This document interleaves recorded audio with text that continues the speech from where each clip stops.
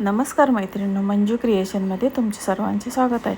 तर आज तुम्हाला मी एक छोटीशी किचन टिप सांगणार आहे. ती म्हणजे आपण स्वयंपाक करताना आपल्याकडून ग्लास वगैरे पाणी म्हणजे स्वयंपाक करायला ग्लास वगैरे आपण कधी यूज करतो. त्यामुळे ग्लासला आपले सगळे किचनमध्ये स्वयंपाक करताना जे आपले खराब हात असतात ते लागले जातात आणि आपले भांडे पण जास्त पडतात. मग त्यासाठी काय करायचं, आपण एक छोटासा जग घ्यायचा आणि तो फक्त स्वयंपाकासाठी हा जग वापरायचा. आता बहुतेक जण काचेचे जग वापरतात, पण मग काचेचा जग हा ब्रेक होऊ शकतो.